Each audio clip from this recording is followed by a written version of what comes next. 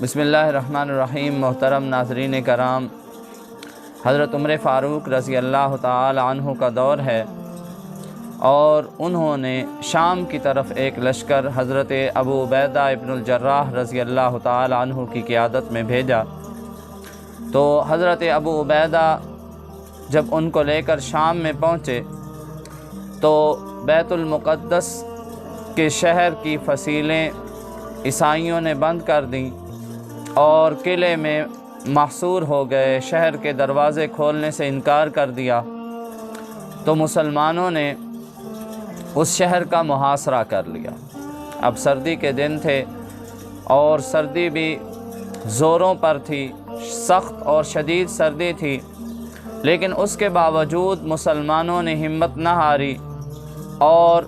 اس قلعے کا محاصرہ 20 دن تک جاری رکھا۔ 20 دن کے بعد عیسائی عمائدین اکٹھے ہوئے، قلعے کے سارے سردار اکٹھے ہوئے، ان کے علماء اکٹھے ہوئے اور انہوں نے حضرت ابو عبیدہ رضی اللہ تعالی عنہ سے بات کرنا چاہی۔ وہ بھی حیران تھے کہ کیا عجیب لوگ ہیں کہ اتنی سخت سردی میں بھی بڑی ہمت اور عزم کے ساتھ قلعے کا محاصرہ کیے ہوئے ہیں۔ تو انہوں نے بات کی اور کہنے لگے کہ آج 20 دن ہو گئے ہیں اور تم نے ہمارے قلعے کے محاصرے کو نہیں چھوڑا، تو ہم تمہیں بتا رہے ہیں کہ تم اس شہر کو کبھی بھی فتح نہیں کر سکتے۔ تم 1 مہینہ کیا 30 سال بھی اگر اس قلعے کے اس کا محاصرہ جاری رکھو تو تم اس قلعے کو فتح نہیں کر سکتے۔ تو مسلمانوں نے پوچھا کہ آخر وجہ کیا ہے؟ تو وہ کہنے لگے کہ ہماری کتابوں میں یہ بات لکھی ہوئی ہے کہ ہمارے اس قلعے کو جو شخص فتح کرے گا اس کا نام عمر ہوگا، جبکہ تمہارے سپہ سالار کا نام ابو عبیدہ ہے، لہٰذا تم ہمارے اس قلعے کو خدا کی قسم کبھی فتح نہیں کر سکتے۔ یہ بات جب مسلمانوں نے سنی تو ان کے اندر ایک خوشی کی لہر دوڑ گئی اور وہ سارے خوش ہو گئے اور کہنے لگے کہ ہمارے ہی خلیفہ کا نام، ہمارے ہی امیر المؤمنین کا نام عمر ابن خطاب ہے، لہٰذا ہم نے گویا کہ اس کو فتح کر لیا۔ یہ بات جب انہوں نے سنی تو وہ علماء تورات و انجیل کہنے لگے کہ ایسی بات نہیں ہے، صرف نام پر اکتفا نہ کرو، ہماری کتابوں میں تو اس آدمی کی نشانیاں درج ہیں کہ وہ اس کا حلیہ اس طرح کا ہوگا، اس کے تہبند پہ اتنے پیوند لگے ہوئے ہوں گے، اس کے کرتے پہ اتنے پیوند ہوں گے، ہمارے پاس تو یہ ساری تفصیل موجود ہے، تم اسے بلاؤ، ہم دیکھیں گے، اگر وہی شخص عمر ہوا تو ہم بغیر کسی مزاحمت کے بیت المقدس کی چابیاں اس کے حوالے کر دیں گے۔ یہ بات جب سنی تو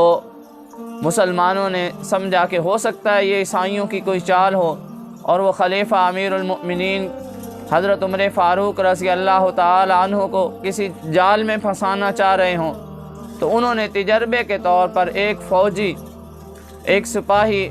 جس کی شکل حضرت عمر فاروق رضی اللہ تعالی عنہ سے ملتی جلتی تھی،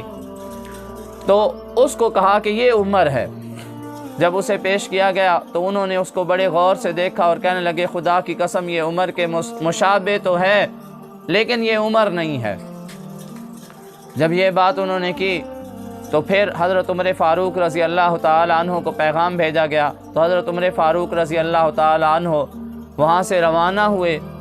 اور اپنے ساتھ ایک غلام کو لیا اور غلام کو کہنے لگے کہ ہمارے پاس سواری ایک ہے اور ہم آدمی 2 ہیں، لہٰذا ہم ایسا کریں گے کہ 5 میل تک میں پیدل چلوں گا اور تم سوار ہوگے، اور 5 میل تک پھر میں سوار ہوں گا اور تم پیدل چلو گے۔ غلام نے عاجزی سے کہا کہ حضور آپ ہی سوار رہیں، میں چلتا رہوں گا، لیکن حضرت عمر فاروق رضی اللہ تعالی عنہ نے اسے پہلے سوار ہونے پر مجبور کیا اور کہا کہ پہلے تم سوار ہو پھر میں سوار ہوں۔ حضرت عمر فاروق رضی اللہ تعالی عنہ کا محترم سامعین کرام دیکھیے کیسا عادلانہ نظام تھا اور کیسا عدل پسند حکمران تھے۔ تو انہوں نے کہا کہ پہلے تم سوار ہو جاؤ، اسے سوار کر لیا اور لے کر چل پڑے شام کی طرف۔ خدا کا کرنا ایسا ہوا کہ جب بیت المقدس کے قریب اس شہر کے قریب پہنچے تو اللہ کا کرنا ایسا ہوا کہ باری جو ہے سوار ہونے کی وہ غلام کی تھی۔ حضرت عمر فاروق رضی اللہ تعالی عنہ نے اس غلام سے کہا کہ تم سوار ہو جاؤ، میں پیدل چلوں گا۔ وہ کہنے لگا حضور شہر قریب ہے، لوگ کیا کہیں گے، لہٰذا آپ سوار ہو جائیں، کوئی بات نہیں، میں اپنی باری قربان کرتا ہوں۔ تو حضرت عمر فاروق کہنے لگے کہ نہیں، یہ عدل کا تقاضا نہیں ہے، اور ہمیں اللہ نے عزت اس عدل اور انصاف کی وجہ سے دی ہے، لہٰذا تم سوار ہو جاؤ۔ اسے سوار کر لیا اور حضرت عمر فاروق رضی اللہ تعالیٰ عنہ لگام کو تھامے ہوئے شہر میں داخل ہوئے۔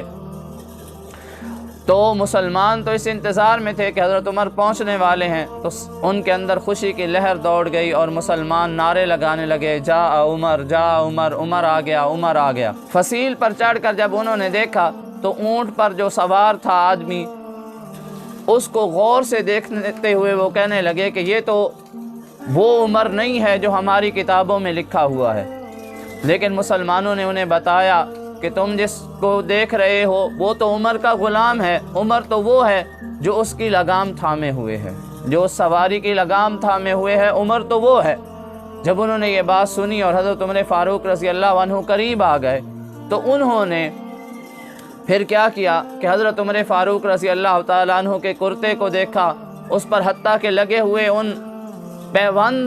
پیوندوں کو بھی دیکھا، ان نشانات کو بھی دیکھا، اور سارا دیکھنے کے بعد انہوں نے بغیر کسی مزاحمت کے چابیاں حضرت عمر فاروق رضی اللہ عنہ کے حوالے کر دیں اور کہنے لگے خدا کی قسم یہ وہی شخص ہے جو ہمارے بیت المقدس کو فتح کرے گا۔ تو محترم سامعین کرام، یہ حضرت عمر فاروق رضی اللہ تعالی عنہ کی زندگی سے لیا گیا ایک خوبصورت واقعہ ہے جو ہم نے آپ کو سنایا ہے۔ اگر واقعہ اچھا لگے تو اسے اپنے دوستوں کے ساتھ بھی شیئر کریں۔ اللہ تعالی ہمیں عمل کی توفیق عطا فرمائے۔